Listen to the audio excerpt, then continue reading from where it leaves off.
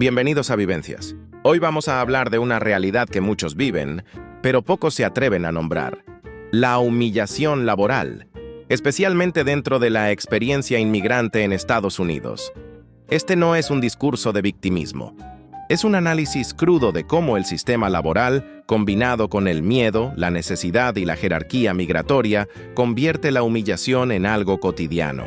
Aquí hablaremos de jefes, supervisores, compañeros de trabajo y, sobre todo, de cómo muchas veces el abuso viene del mismo inmigrante que ya avanzó un poco más.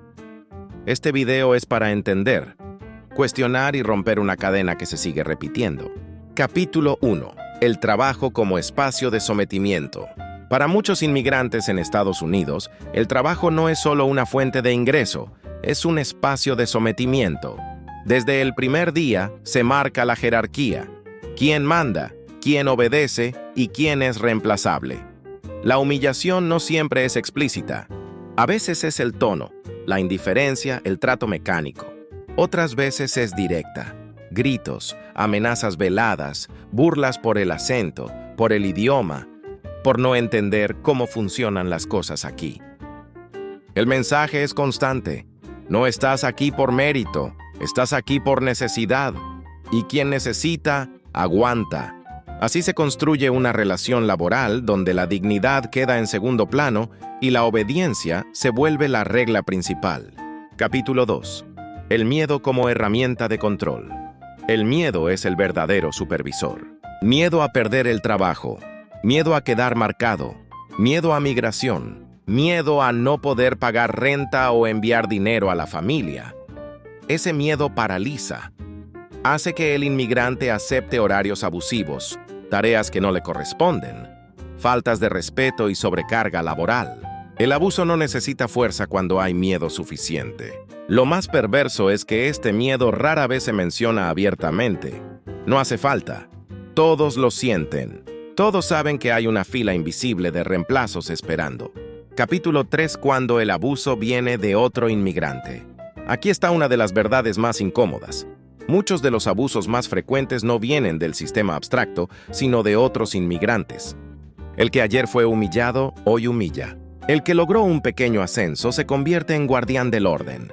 No por maldad pura, sino por miedo a perder su nuevo estatus. Se grita, se presiona, se exige más de lo necesario para demostrar autoridad.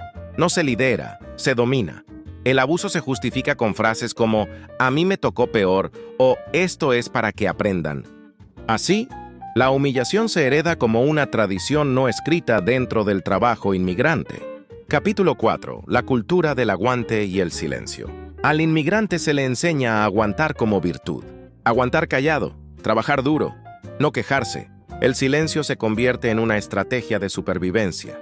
Denunciar parece peligroso, hablar parece ingenuo, poner límites parece arrogancia. Se normaliza la idea de que el abuso es parte del proceso.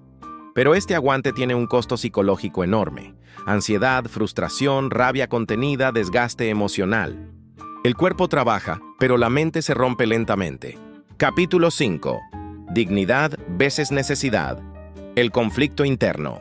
Aquí está el núcleo del problema: la lucha constante entre dignidad y necesidad. El inmigrante sabe que el trato es injusto, pero también sabe que no puede darse el lujo de perder ese ingreso. Este conflicto erosiona la autoestima. Poco a poco, la persona empieza a verse a sí misma como el sistema la trata, como alguien que debe agradecer incluso el maltrato. La humillación deja de venir solo de afuera y se internaliza, se acepta lo inaceptable, se normaliza lo que nunca debió ser normal. Capítulo 6. Romper el ciclo o reproducirlo. Algunos inmigrantes, con el tiempo, logran subir de posición.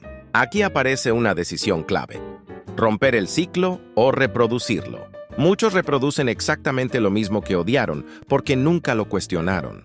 Otros deciden liderar diferente, respetar, no humillar. Romper el ciclo requiere conciencia, valentía y memoria. Recordar de dónde se viene. Entender que autoridad no es abuso y liderazgo no es miedo. El cambio no empieza en el sistema abstracto. Empieza en cada espacio donde alguien decide no humillar a otro solo porque puede. Ejemplos cotidianos. Supervisores inmigrantes que humillan en público para marcar poder. Trabajadores que aceptan insultos por miedo a perder el empleo. Jefes que amenazan con reemplazos constantes. Compañeros que delatan errores mínimos para ganar favor. Personas que repiten el abuso porque así fue conmigo. Inmigrantes brillantes tratados como desechables por no dominar el idioma. Capítulo 7. La humillación que se vuelve identidad y se hereda.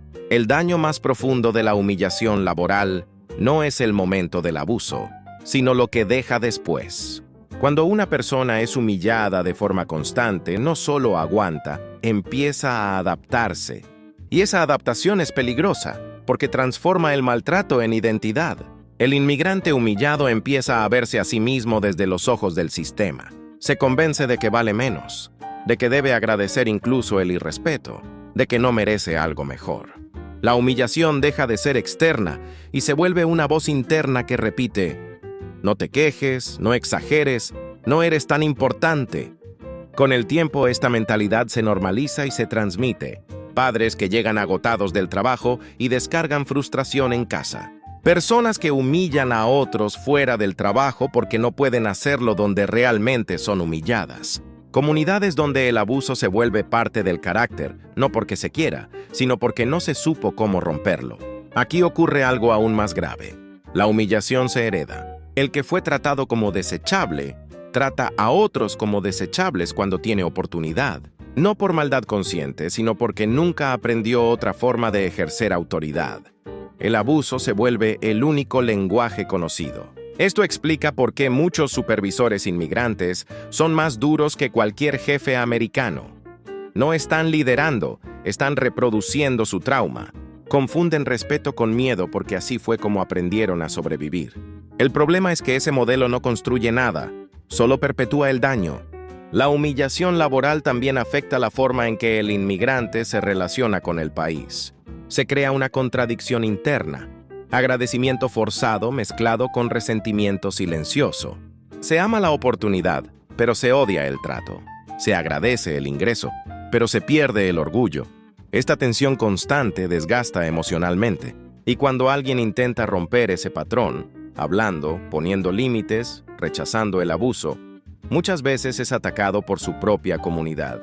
Se le acusa de problemático, de creerse superior, de no saber cómo funcionan las cosas aquí. Porque cuestionar el abuso también cuestiona a quienes lo normalizaron. Romper esta cadena no es fácil.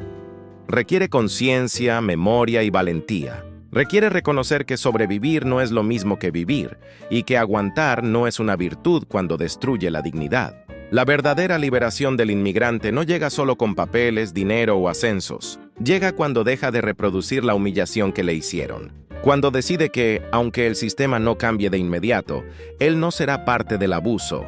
Ese es el acto más radical. Negarse a humillar, incluso cuando el poder por fin lo permite. Conclusión. Hablamos de la humillación laboral como una realidad estructural que golpea especialmente a los inmigrantes en Estados Unidos. Vimos cómo el miedo, la necesidad y el poder pequeño sostienen un sistema de abuso cotidiano. La idea central es clara. La necesidad explica el silencio, pero no justifica la humillación. Aguantar no te hace fuerte. Te hace funcional a un sistema que no cambia solo.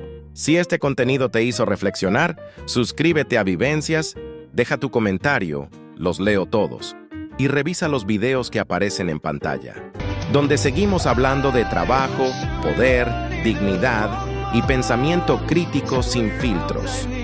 Porque trabajar duro no debería significar perder la dignidad.